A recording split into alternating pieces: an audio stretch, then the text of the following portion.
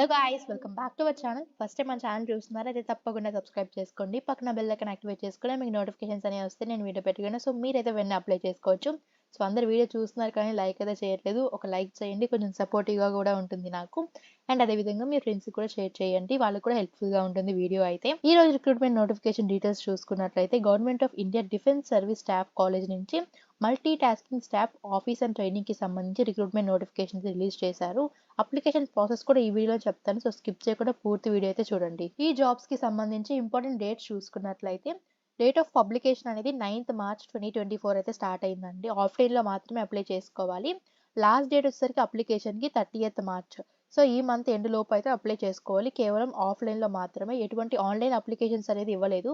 ఈ ఎంటీఎస్ పోస్టులకి సంబంధించి లెవెల్ 7 ప్రకారంగా మనకైతే స్టార్టింగ్ 18,000 నుంచి 56,900 రూపీస్ అయితే వస్తాయి. ఎక్స్ట్రా అలవెన్స్ కలుపుకొని మనకి బేసిక్ పే అనేది మంత్లీ 30,000 దాకా వస్తుంది.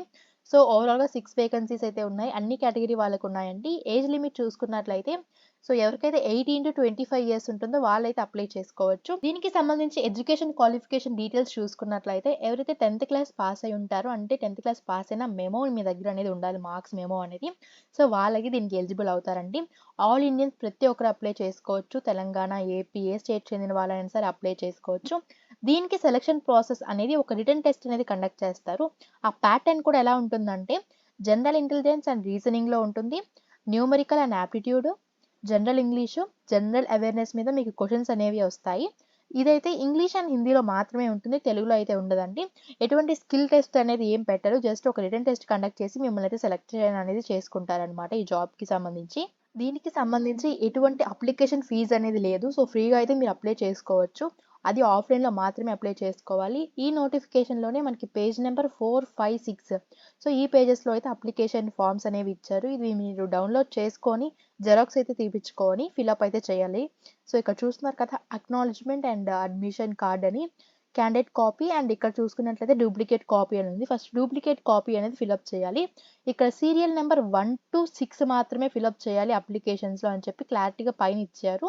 మిగతా 7 to 8 ఉన్నాయి కదా, అవైతే డిఎస్ఎస్సి వాళ్ళు మాత్రమే ఫిలప్ చేస్తారు. మీరు కేవలం 1 to 6 సీరియల్ నెంబర్స్ ఉంటాయి కదా, అవి మాత్రమే ఫిలప్ చేయాలి.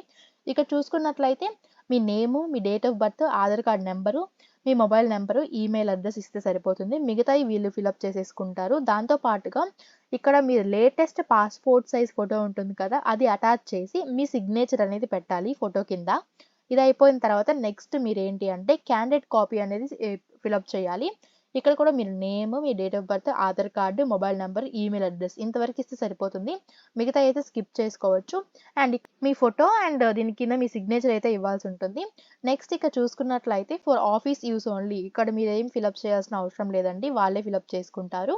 ఇది application form for the post of multi tasking staff office and training అని ఉంటుంది. ఇది ఇక్కడైతే సో మీ 10th క్లాస్ సర్టిఫికేట్లో ఎలా అయితే ఉందో నేమ్, అలా అయితే ఫిలప్ చేయాలి. మీ father's name, date of birth, దీంతో పాటుగా ఏజ్, మీ ప్రెజెంట్ ఏజ్ ఎంత ఉంటే అంత, category for which you applied, మీరు ఏ క్యాస్ట్ అని చెప్పేసి అడుగుతున్నారు.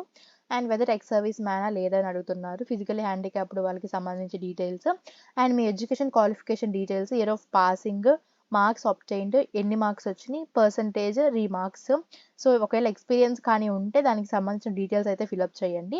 సో ఇక్కడైతే ఒకవేళ మీరు కానీ సెంట్రల్ గవర్నమెంట్లో జాబ్ చేసిన వాళ్ళు అయితే, పర్మనెంట్ ఎంప్లాయీ కానీ అయితే దానికి సంబంధించిన డీటెయిల్స్ అయితే ఫిలప్ చేయండి.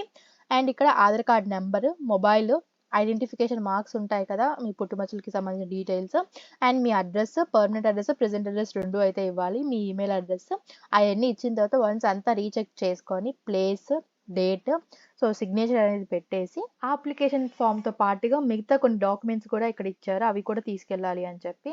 సో ఇక్కడ చూసుకున్నట్లయితే మనము ఏదైతే మీరు సైన్ చేసి ఉంటారు కదా అవి, అండ్ అలాగే మీ ఫోటోగ్రఫీ ఉంటుంది. లేటెస్ట్ ఈ 3 months బ్యాక్ కానీ ఈ మధ్యలో కానీ తీసుకొని ఉన్న ఫోటోగ్రఫీ ఉంటుంది కదా, అవి పంపించాల్సి ఉంటుంది. And Aadhaar card, me 10th class marks ఉంటుంది కదా, అవి జెరాక్స్ తీసి వాటి మీద సైన్ చేసి పంపించాలి. మీ OBC, SC, ST, physically handicapped, discharge book వీళ్ళు ఉంటారు కదా, వీళ్ళకి సంబంధించిన సర్టిఫికేట్స్ అనేవి ఉంటాయండి, క్యాస్ట్ సర్టిఫికేట్ అవి కూడా జెరాక్స్ తీపిచ్చి వాళ్ళ మీద సైన్ చేసి పంపించాలి. వీటితో పాటుగా 10 by 22 centimeters ఒక ఎన్వలప్ తీసుకొని దాని మీద 26 రూపీస్ ఫోటో స్టాంప్ అని ఉంటుంది.